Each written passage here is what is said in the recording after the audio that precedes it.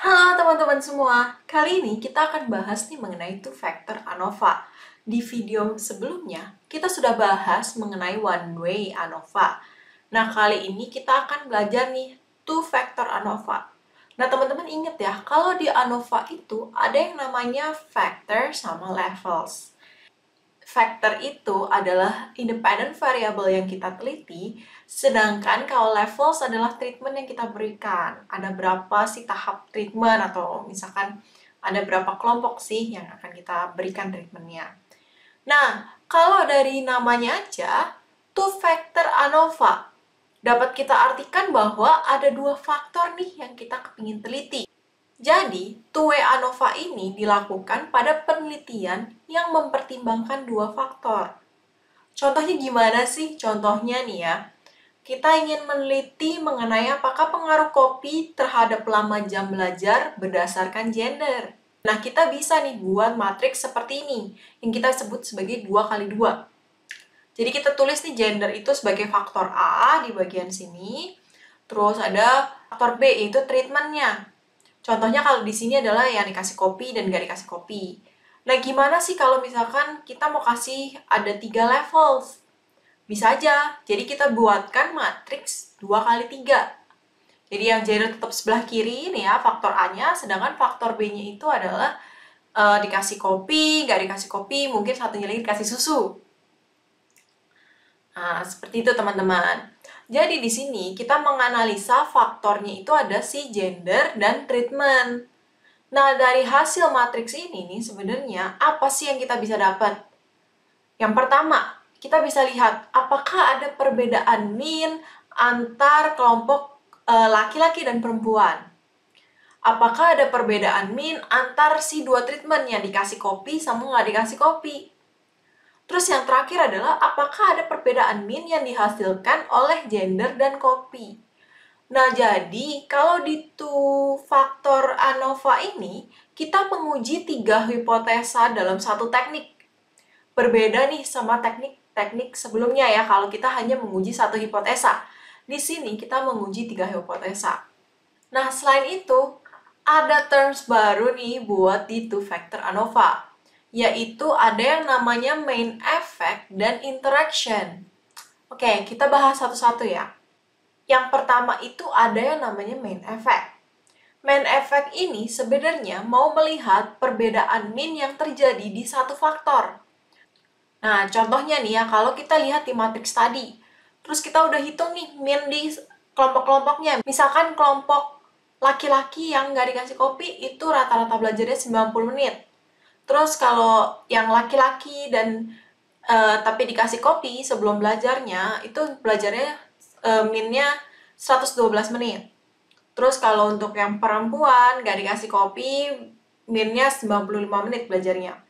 Dan kalau misalkan di kelompok yang perempuan dan dikasih kopi, dia belajarnya 123 menit. Nah, di sini kita bisa melihat, kita bisa bikin juga nih min per kelompok ya. Misalkan min kelompok yang laki-laki, itu min-nya 101 menit. Sedangkan min yang perempuan, itu min-nya 109 menit. Kita bisa tuh bikin kayak gitu. Terus, kita bisa melihat mean difference dari kelompok laki-laki dan kelompok perempuan, yaitu sebesar 8 menit. Nah, mean difference ini adalah yang kita sebut juga sebagai main effect dari faktor gender. Atau kadang-kadang kita sebut juga faktor A ya, teman-teman. Jadi, ini adalah main effect dari faktor A. Nah, sama juga nih kalau kita mau ngeliat main effect si faktor B atau faktor si treatmentnya. Kalau yang dikasih kopi, minnya berapa sih? Kita turunin ke bawah. Minnya 92,5 menit. Kalau misalkan yang dikasih kopi, minnya berapa? 117,5 menit. Terus min difference-nya berapa? Ada 25 menit nih min difference-nya. Berarti main effect dari faktor B itu 25 menit. Tapi ingat ya teman-teman, di sini kita belum menguji hipotesanya. Jadi kita baru melihat main difference-nya doang. Kalau hasilnya signifikan atau tidak, kita harus ngelihat lagi dengan cara ANOVA, yaitu melihat dari si F rasionya. Kalau misalkan kita bilang ini signifikan, dua-duanya ya misalkan, kita bisa bilang kalau adanya main effect nih di faktor A dan ada juga main effect di faktor B. Seperti itu ya teman-teman. Selanjutnya ada yang namanya interaction. Apa sih yang dimaksud dengan interaction? Tadi kan kita sudah lihat perbedaan min di dalam faktor-faktornya sendiri atau si main effect-nya.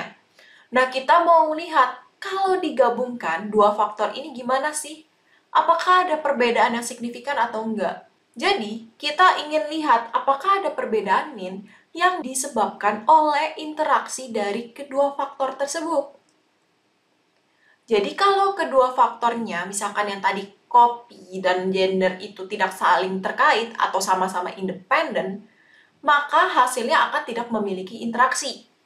Tapi ternyata kalau misalkan faktor-faktornya saling mempengaruhi, maka kedua faktor tersebut memiliki interaksi. Nah, kalau kita gambarkan di grafik gimana sih? Bisa nggak?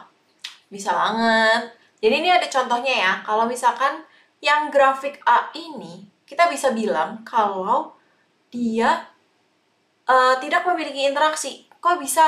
Taunya dari mana? Ini kalau kita panjangin nih garisnya ya, dua-duanya, dia tidak saling bersentuhan. Jadi tidak ada nih yang cross gitu. Nah, ini artinya tidak memiliki interaksi. Sedangkan kalau grafik yang satunya ini, kita panjangin ya garisnya dua-duanya.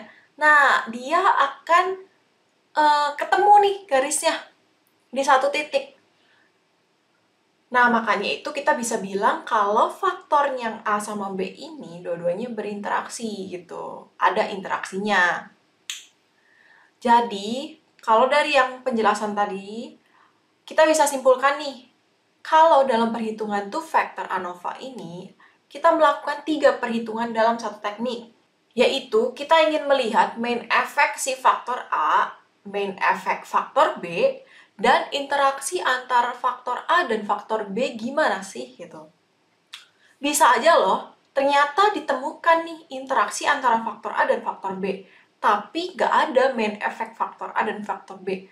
Atau juga misalkan ada nih main effect faktor A, tapi nggak ada main faktor B. Tapi ada interaksi antara faktor A dan faktor B nih. Nah, jadi tuh bener-bener ini tuh 3 hal yang terpisah.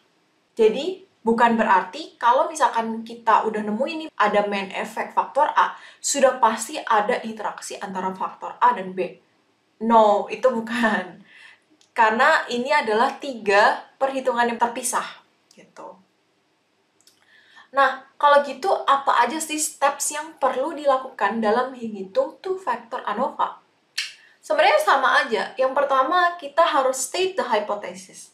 Ingat ya teman-teman, kita punya 3 hipotesa yang berbeda. Satu untuk main effect faktor A, satu untuk main effect faktor B, dan satu untuk interaksi antar faktor A dan faktor B. Jadi kita bisa lihat ya teman-teman, ini contohnya. Terus, kita yang kedua juga sama, yaitu kita perlu locate the critical region. Karena kita punya 3 hipotesa, jadi kita punya satu critical region untuk setiap hipotesanya. Makanya kita akan punya nih 3 critical region. Terus selanjutnya kita harus conduct two-factor ANOVA. Oh, udah pasti dong.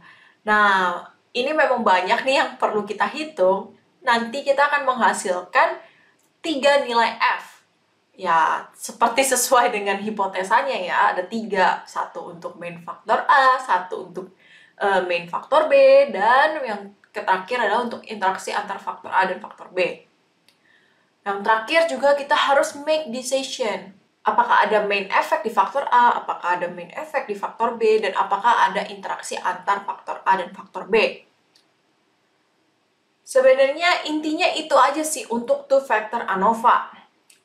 Semoga teman-teman terbantu ya untuk mengerti. Untuk mengetahui perhitungannya seperti apa, mungkin teman-teman bisa baca kembali buku Graph Vector teman-teman. Sampai sini, bye-bye!